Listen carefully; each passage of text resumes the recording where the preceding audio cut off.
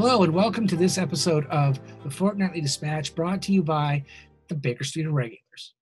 I'm your host, Steve Doyle. You know, one of the great joys of doing this podcast is an opportunity to meet with friends of mine that I never get a chance to see as often as I would like to. That's certainly the case with our guest today. The other thing I'm excited about is the opportunity to introduce these friends of mine to you. You may not know them, and they're all fascinating people, and they're people that you'd benefit from knowing, and so that's a real treat for me as well. That's certainly the case with our guest today. I'd like to get on with it. Our guest today is Ashley Polasek, and Ashley is a Sherlockian, a fine Sherlockian, and she has an interesting academic background, unique, I think, and she has some interesting hobbies, and she's also involved in a forthcoming publication that you'll all want to know about as well. So without any further ado, I'd like to welcome Ashley to the show. Hello, Ashley. Welcome to the show. It's so nice to see you today. It's great to see you too, Steve. It's nice to visit with friends in this time that we're in, and so that's the great benefit to me personally, as I get to share some time with people. So for those of our viewers who don't know you as well as I do, where are you coming to us from today? I live in upstate South Carolina, so near Greenville. There are kind of three main cities in South Carolina. Charleston is the big city in the Low Country. Columbia, the capital, is in the Midlands. Greenville is the big city in the upstate near the sort of foothills of the Appalachian Mountains. That's where I am. And you teach college, is that right? I do. I teach at a technical college here. Well, I want to talk to you. One of the reasons why I want to talk to you today, well, one of many reasons, but I do want to talk to you about your unique academic status. Swindle? Not my word. I think it's legit. But we'll get to that. We'll come to that in due time. So, Ashley, I like to talk to people about occasionally how they came to Sherlock Holmes. Well, I was a latecomer, so I didn't really encounter Sherlock Holmes until I was in university. I did a junior semester abroad at the University of St Andrews in Scotland. And when I got there, I didn't know anybody, but I started dating a fellow within, I don't know, the first month or so. And because we knew we had a limited amount of time to get to know each other and to spend time together before I'd have to go back to the US, we did what good book nerds would do and said, we'll get to know each other better by assigning each other reading.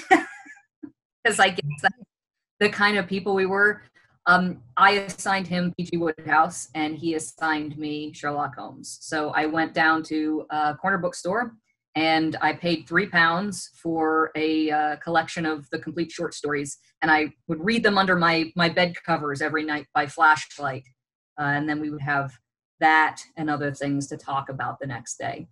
And after that, it just sort of snowballed. Like I ran out of stories. I think that's the kind of common theme with Sherlockians, right? You run out of Conan Doyle and then you go, well, what else is there? And some people find their way to pastiche, and some people find their way to immediately into societies.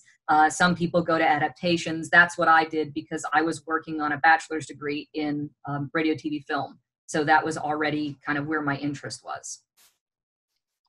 That's so interesting.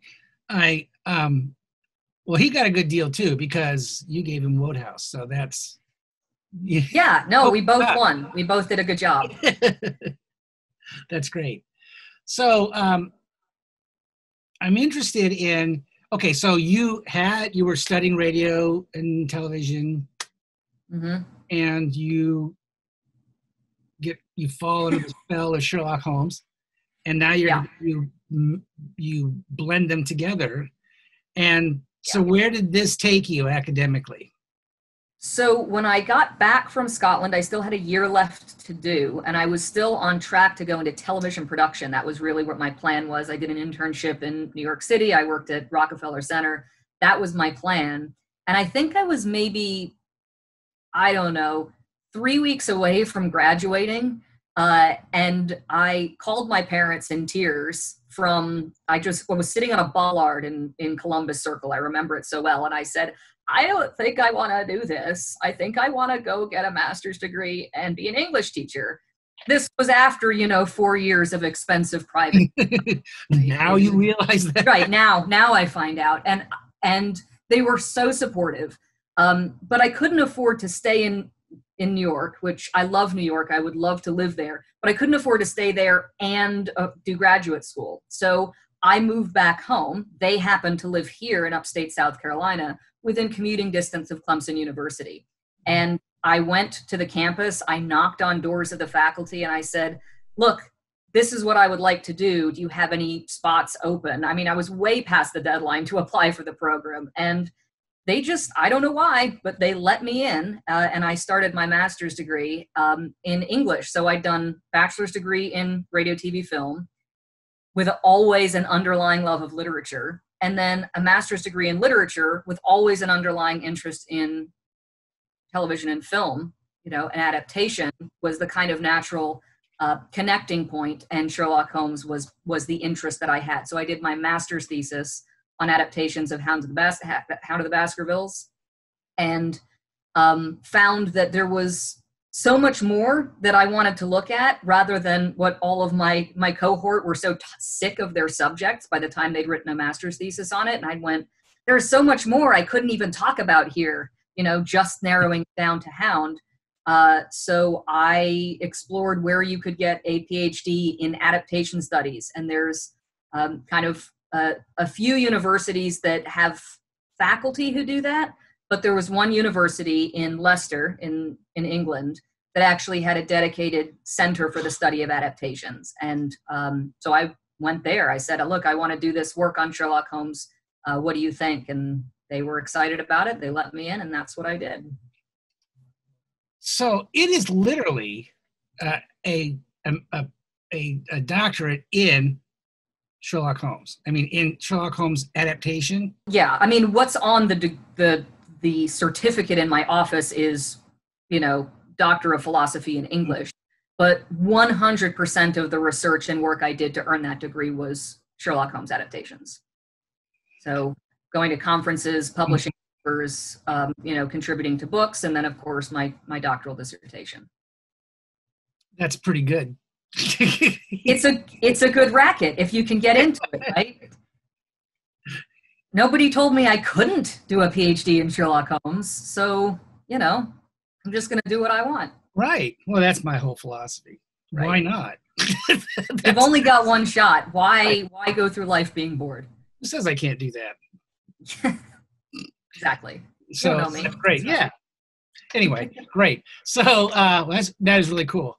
And I know that when I've talked to people in this podcast recently about, when new faces show up in our hobby. And I remember I heard about you before I saw you. Oh, I don't think I knew that. Oh, yeah. All is revealed here in the Fortnightly Dispatch. So, yes, I remember, I don't even know what year, it was like 10 years ago or something. Right? Yeah. It was, and I don't even remember who said it exactly, but somebody said, hey, you should meet this young woman who's here this weekend. And, she actually got a PhD in Sherlock Holmes. And I was like, what? That's not a thing. You can do that? So, yeah, your reputation preceded you because of your unique academic status.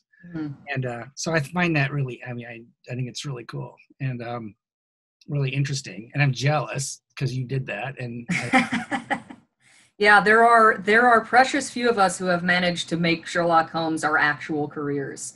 But I feel very lucky to be among that number. Well, I want to talk to you about adaptation and translation because Sure. That is an interest. Actually, as you're outlining your interests it's very much along my own interests. Mm-hmm. I have a huge interest in have a radio, television, video production background, obvious interest in Sherlock Holmes, and I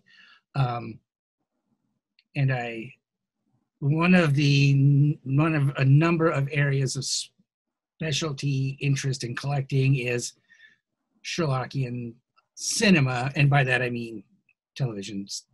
Right. Yeah. All the dramatic incarnations, and so I'm interested to hear about what it is about it that attracts you to that subject. I mean, at this point, I've gone down so many different avenues that it's hard to kind of pin down. But the maybe sort of unifying quality of my research is investigating how character can be the central adapted component. When we talk about we borrow all our language, right? Even in film studies, borrows its language from literature. So we talk about texts, we talk about films as film texts and television texts, even though they're not text-based. And because of that, there's always been a kind of natural tendency to view adaptation as narrative adaptation. So the adaptation of storyline.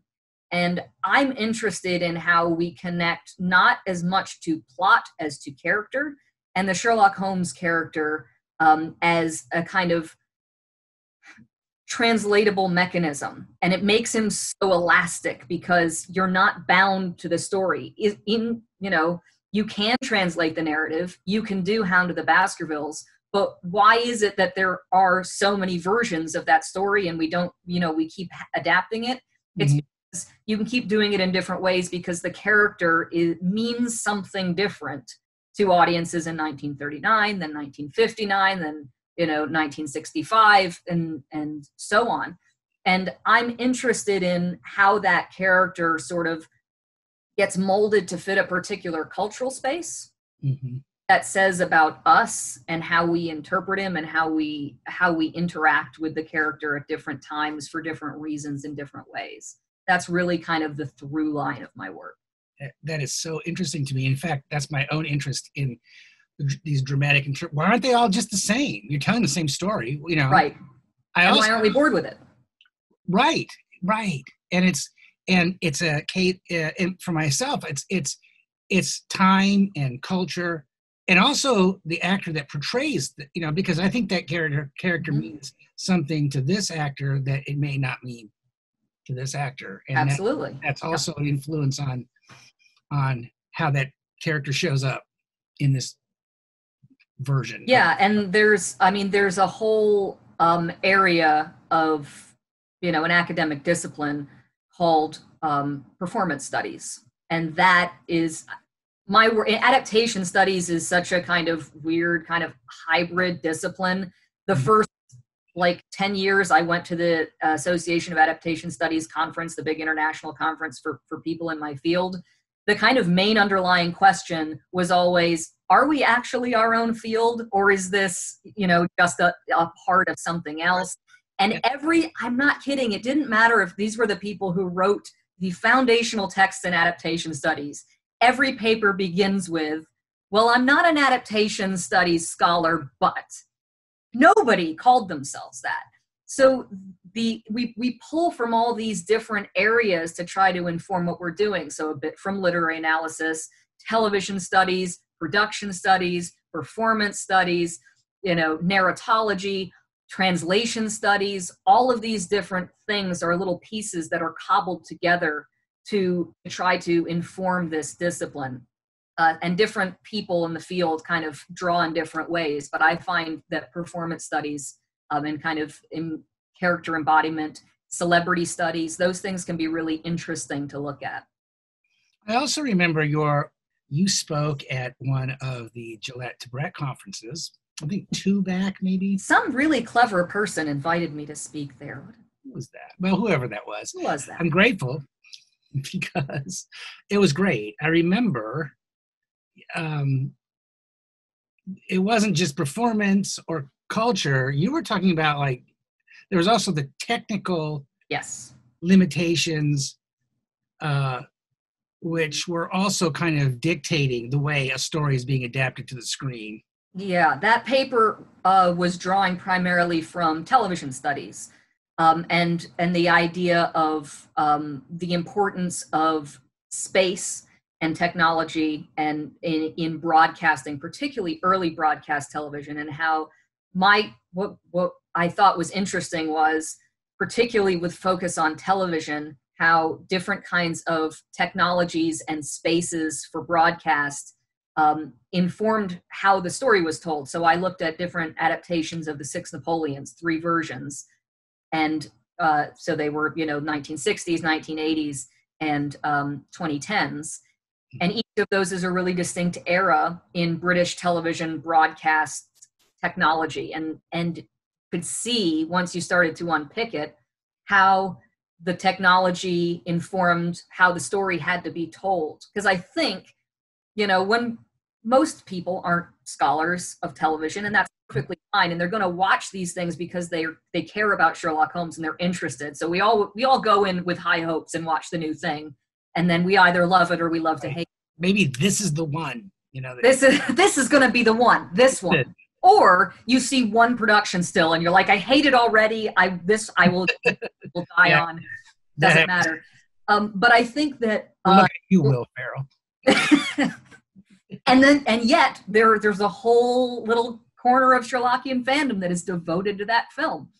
Everybody has their thing. There's a space for everybody, but we do tend to attribute every decision to creative intent. So why did the director want to do it this way? Why did the actor make this artistic choice? And it's not always that. Sometimes, you watch the Stuart Granger Hound of the Baskervilles. Why is it so bad? Well, because every outdoor scene is shot in the same 10 square foot, piece of foliage. They huddle around the same shrub for every outside conversation. That is really true. Choice. It's a budgetary necessity. So I kind of wanted to present that particular paper to a group of Sherlockians who had an interest in adaptation. That's why they let to bread in the first place.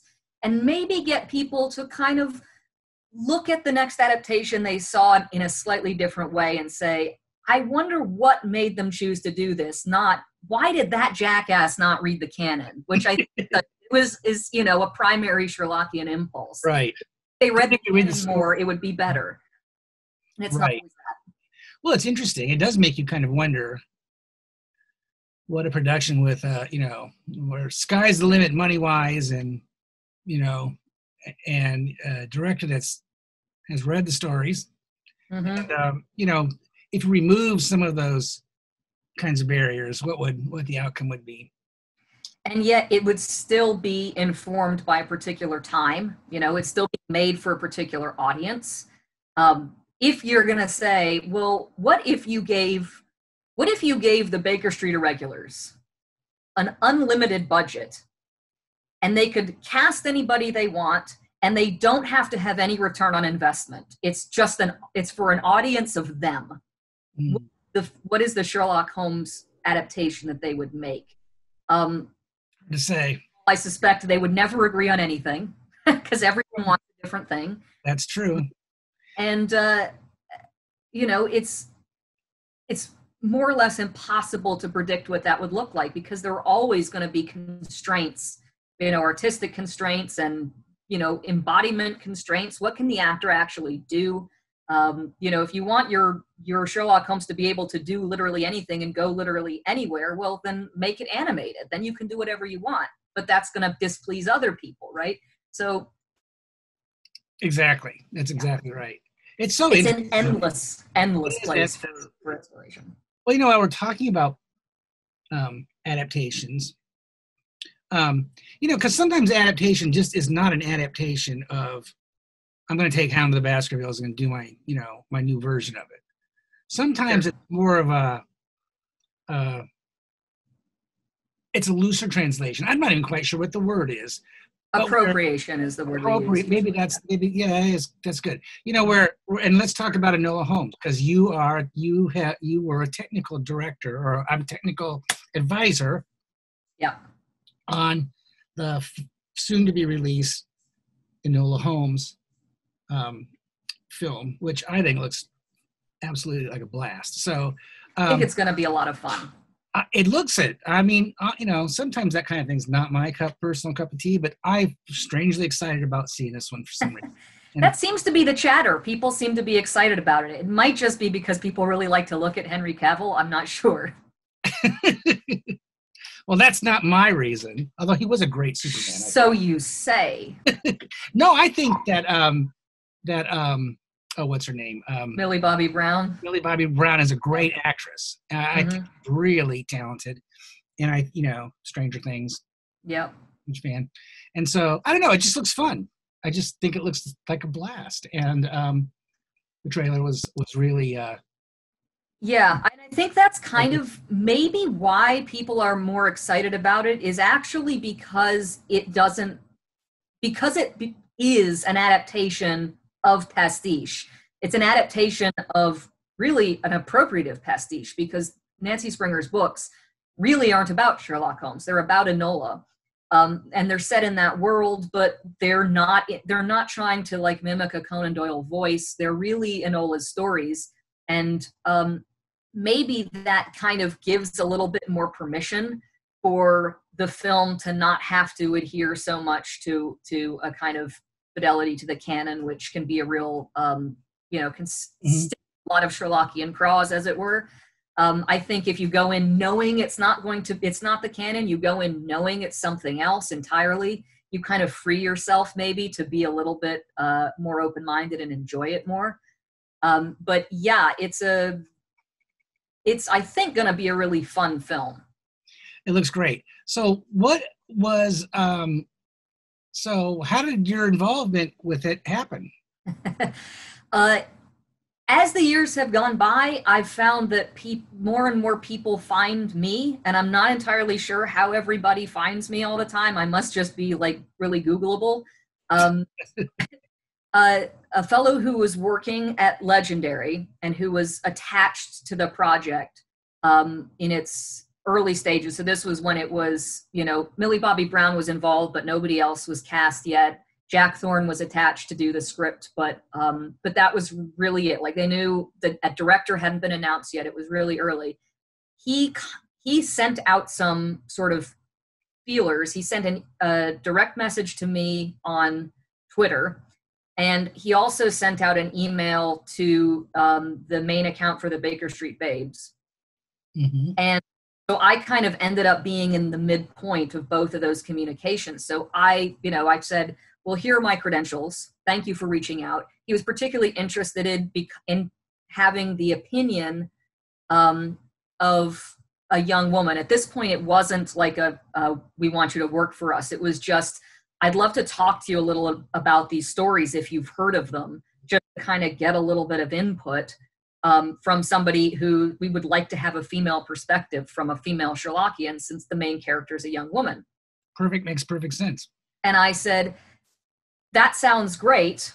And in the back of my mind, I went, you could get more deeply involved if you push it a little bit more. So I said, how about I order the books, I'll read all the Enola books, and then you and I can have a nice long chat about them, and you can ask whatever you want.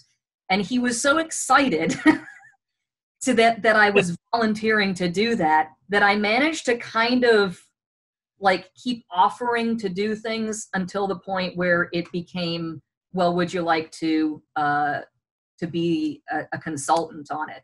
And it's not just me. Maria Fleischak, who's also in the Baker Street Babes, also was hired to do it. So she and I both, we worked independently, like we made our own comments and stuff and gave them back, from both directions. But she and I have obviously since talked about it and found that we offered a lot of the same feedback, and, our advice jived in a lot of ways. So, so that's the part we were involved on. So I read the early draft of the script and gave them line by line, page by page, this makes sense, this language isn't quite right, historically speaking, this, this isn't the right kind of transportation, or the clothing is wrong, or this action doesn't quite make sense, or this is really good, maybe more of this is really central to the character, whatever. That's the kind of feedback I was giving. First, that's completely cool. That is really great. And second of all, that's very hopeful. Because nothing compels them to take any of our advice. I know, right? But hey, can't but try. yeah. I know that you talked to Les Klinger on an early. Yes, we did. And he can confirm that it doesn't matter what you tell them. They're hiring you to they're not obligated to listen. Yes, they're hiring you for your advice, not to. They're not obligated. Yeah. For many of the reasons we've already talked to, sometimes I imagine. Well, it'd be nice to do that, but we can't, so we won't. So. Yeah, exactly. If my advice is what this needs is like 800 horses in the background, well, right. That was my advice, but I'm like the budget is the budget. I think we need a giant steam engine to run right through. Yeah, that's right. Well, there was already a train scene in it. It's in the trailer too. You can see that there's a train fight. That sounds wonderful. Well, that's exciting. That is really cool. I'm really looking forward to seeing it, especially knowing when I have, friends who've been involved in it. I think that's. We were thinking about doing a drinking game where we can't actually talk about, like, because we signed NDAs about specifics, right. But like every time we see something where it was advice that they obviously ignored from us.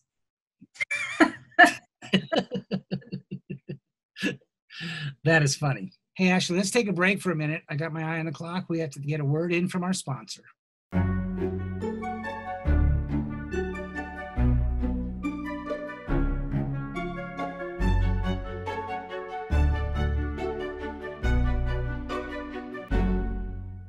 Okay, we're back.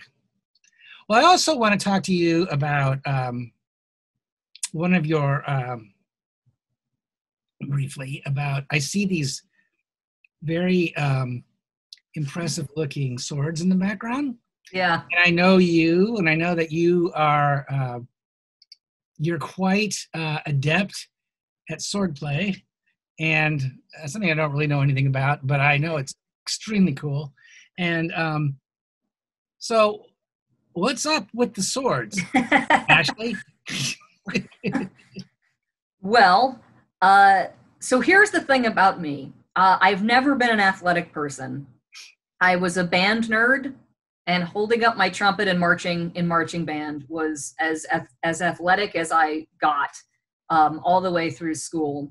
And when I got to college, I decided to try out fencing just because I always liked history and swords. I mean, like as a kid, every stick is a sword.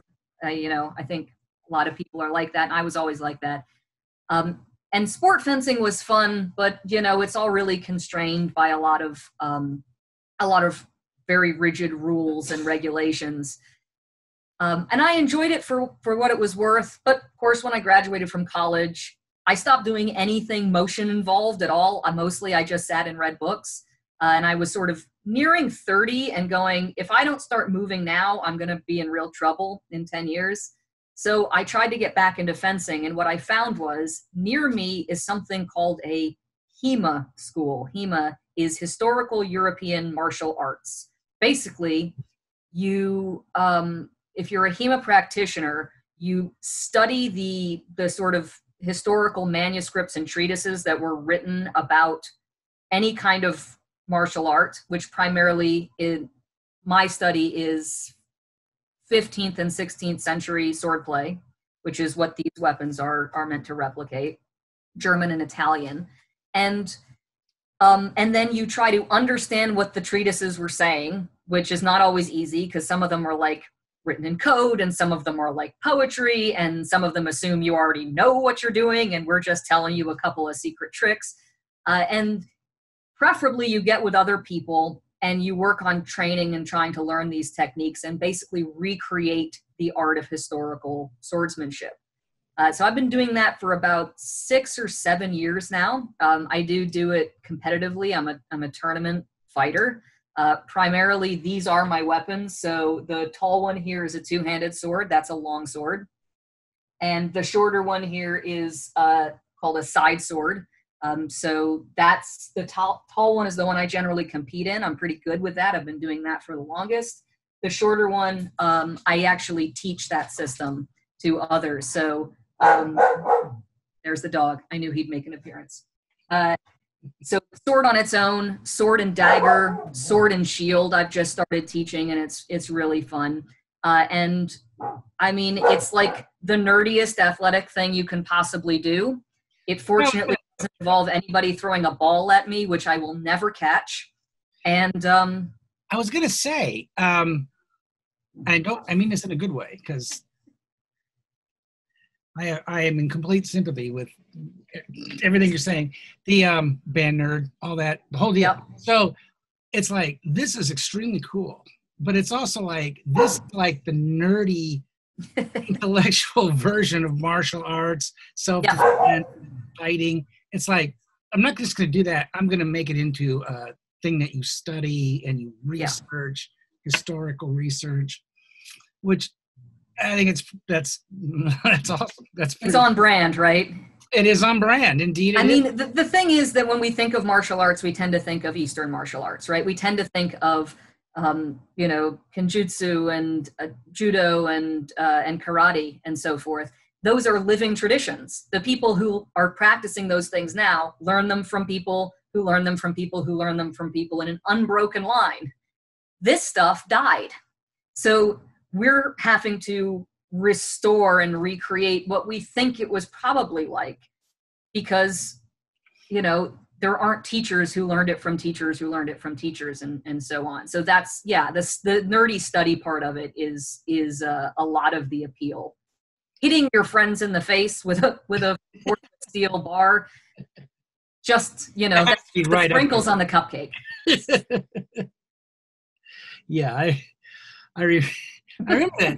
It was the dinner at the Oyster Bar in New York. Was it just last year? I can't even, Time has lost all meaning. I know, right? We live in an ever-present now. Yes. But, yes, I asked a question. Oh, because we were eating with our mutual friend, Tim Greer. And so, Tim, you're into, I don't even know what the word for swordsmanship is. Swords is fine. Sword, you're into that too? And he goes, oh, yes. And I said, well, the appeal. He goes, because they're so freaking cool. Yeah. Yeah. Yeah. So funny.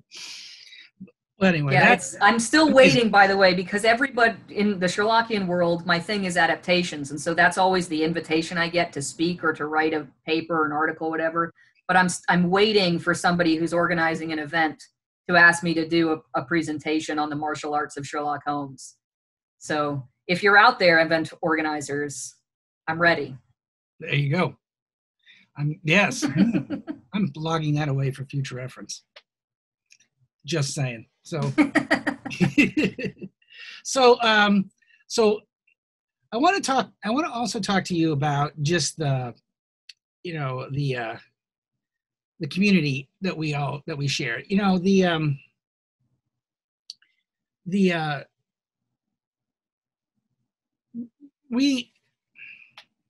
do I put this? I've mentioned to people over the course of this podcast series that people come into the hobby in different ways. I've talked to people about science societies and what their entry point was. And I don't think that's how you came in, right? You didn't find a local Sherlock Holmes club and how did you find the Holmes community? My first sort of community experience was online. There was a web forum called Holmesian.net, which I joined and was active on, I guess, fairly soon after I discovered Sherlock Holmes. Like I'm one of those jump down the rabbit hole feet first kind of people, like the real nerd impulse. When I find something I like it all the way is like immediately. I have to get it one big gulp. Yeah, like but just like, yeah, drown me in it, and I'll just keep drinking until I die, and that's fine with me. So I went on to this forum and I found a community of people, some of whom I'm still friends with. So one member of that forum was Carlina Delikova, who you also had on the show. And so technically, the friendship I have with her is my oldest Sherlockian friendship because she was on that forum. And I have friends in England who I visit and still travel with. My family has gone over and like traveled around Italy with people I met on that forum. Like, we're great friends. I found a local Scion society called the Handsome Wheels, who meet in Colombia, which is like a 2.5 hour drive from me.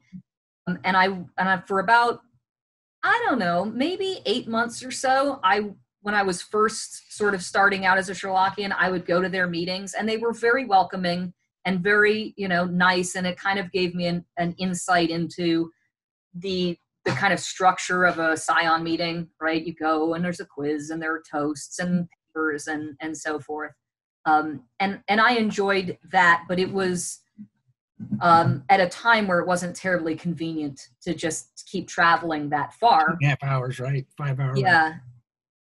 And then, so I kind of paused for a little while, and then right before I was going to go to, I already knew that I was going to be starting my PhD in England in the fall of 2010.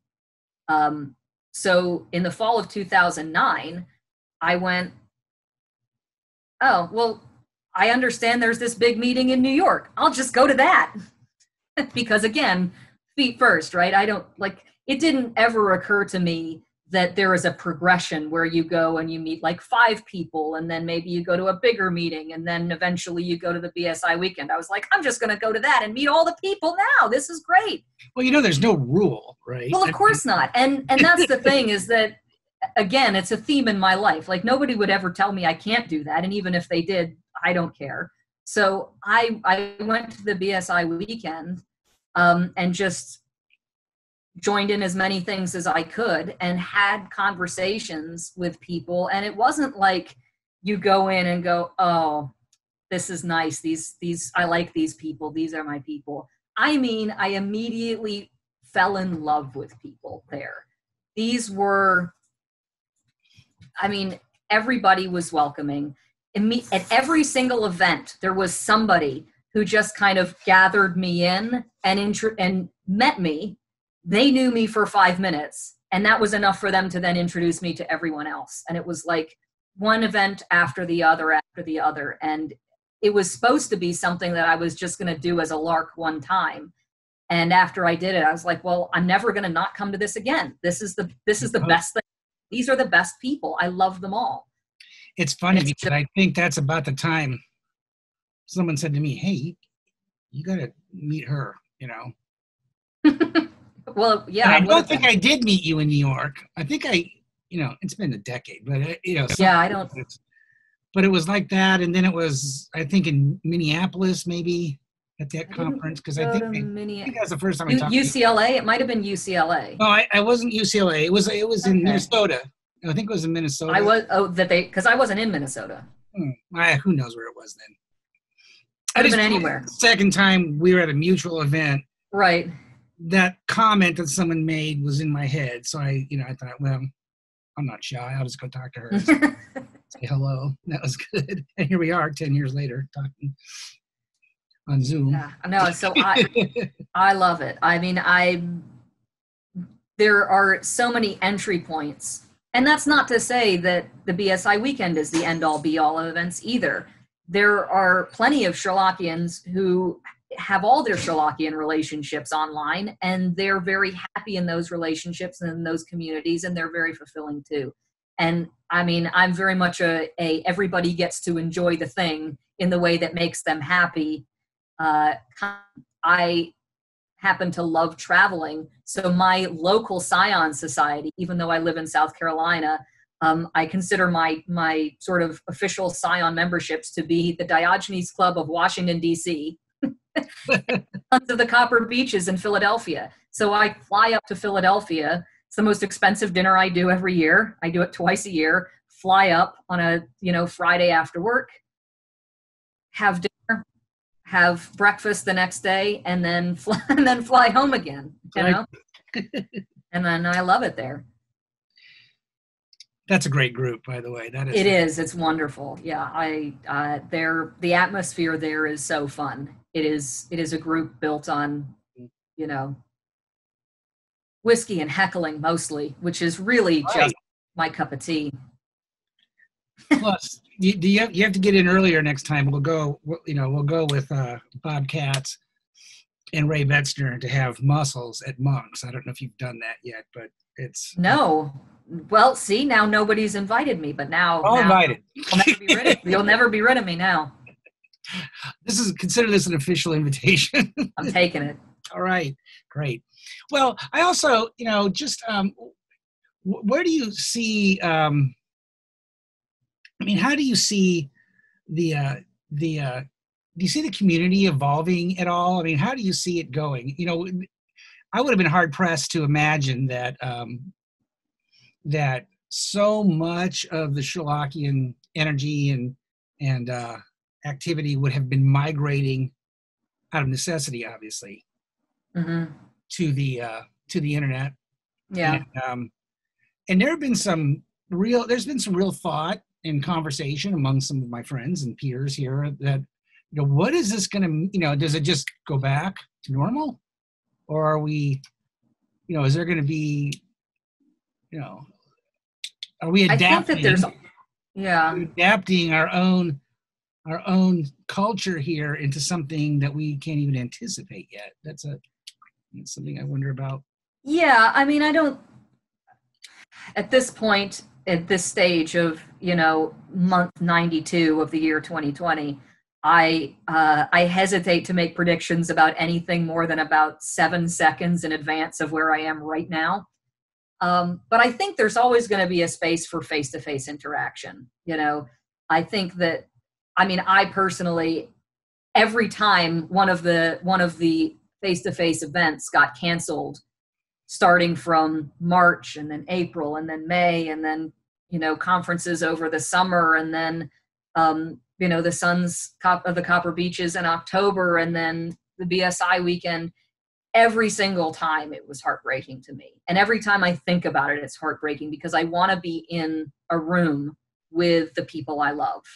So I think there's always going to be a demand for those things. I think what this has taught us, though, is that there is an opportunity to use the online platforms as an adjunct to our face-to-face meetings, and maybe find that we can include some people that we couldn't include before for reasons of practicality. Some people can't travel. Some people, don't have the money to be able to get there, or they don't have it in their schedule, but maybe they can block out the time for a virtual Scion meeting from their living room.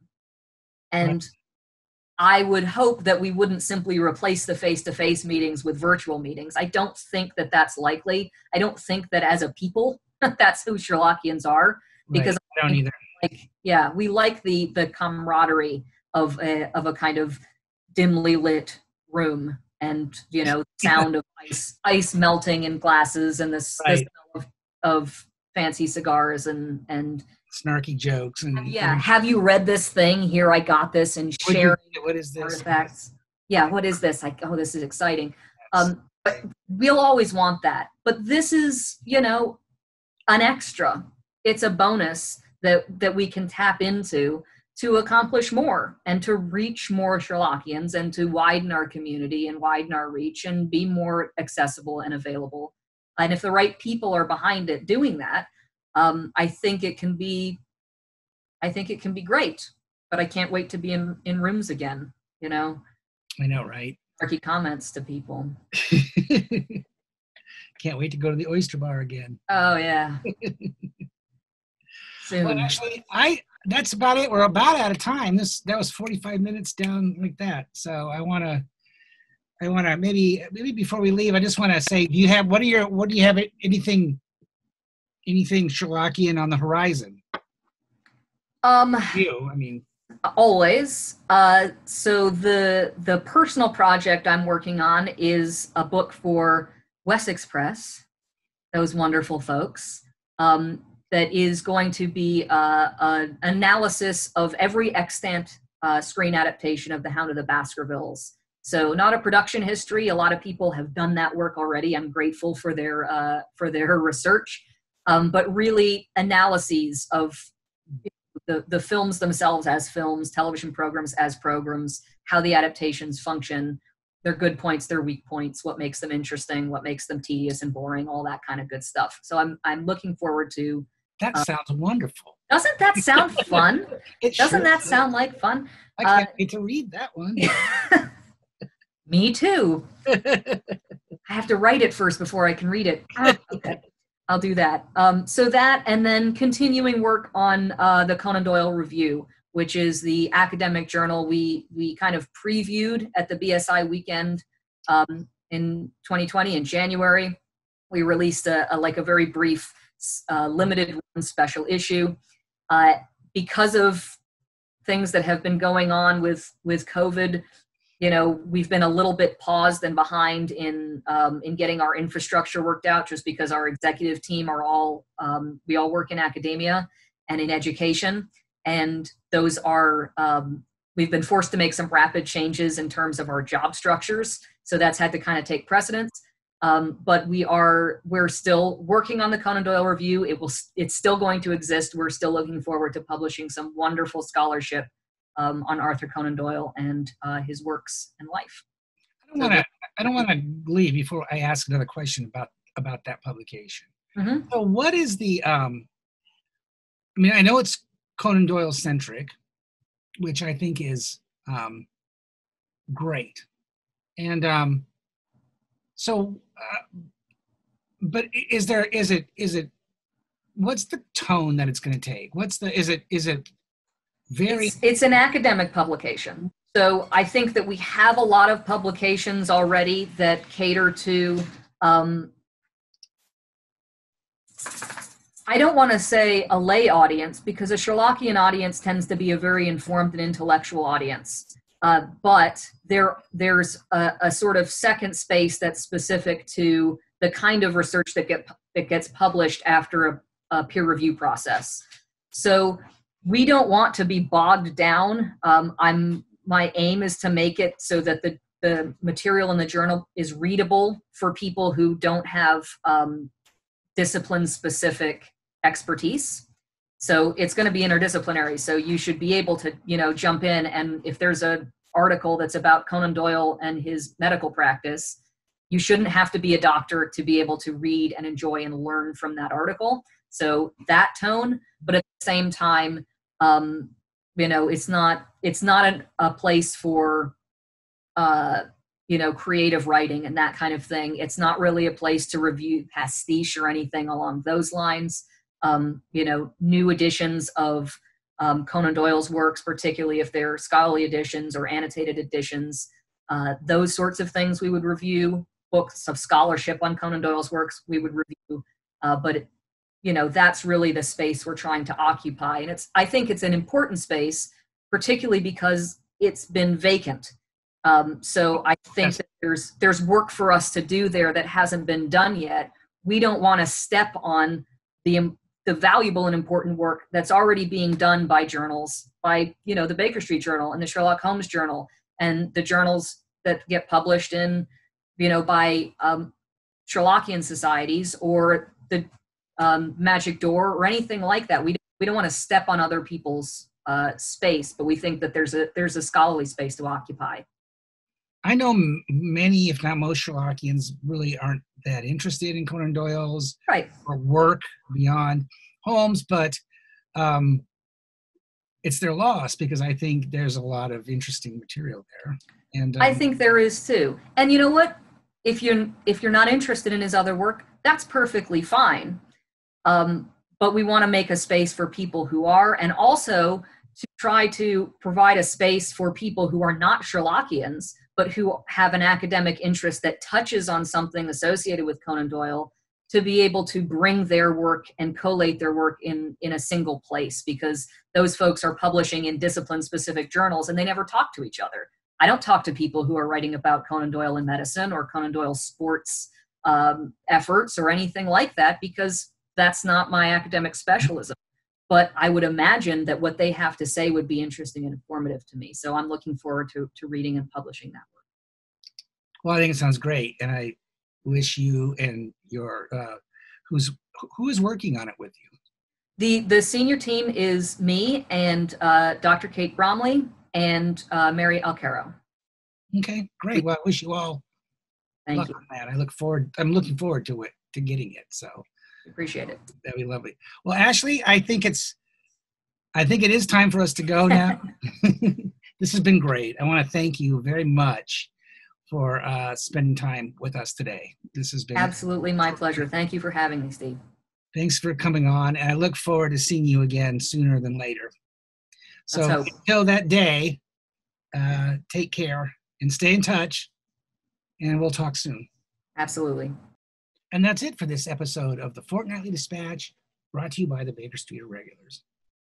I want to thank our audience once again. I know I'm doing this every time, but every 2 weeks we come out with a new show, and we get such kind comments. I'll just share a couple of them with you here. Pat Ward, viewer here in Indianapolis, writes, "These keep getting better and better. What a great way to spend an hour." Thanks, Pat. I really appreciate it. And Dennis Kaiser has written a couple of times. He writes, "Great show. I really look forward to each episode. Hearing these stories is like walking down memory lane." Well, thank you, Dennis. He also wrote previously that the thing is for the interviews, and that we have sparked his interest in Mr. Holmes again, and it was time for him to find a Scion Society. That's exactly the kind of exactly the kind of response we love hearing. I mean, we just do. Anyway, that's it for this episode. You can subscribe on the YouTube channel to the Fortnightly Dispatch. You can just subscribe to the channel, and every episode that comes out, you'll get notified. You can find us all across Facebook. We're shared everywhere, and we're growing leaps and bounds. So we look forward to seeing you again next time, and we guarantee we'll have another terrific guest lined up. Until then, take care, and we'll see you then.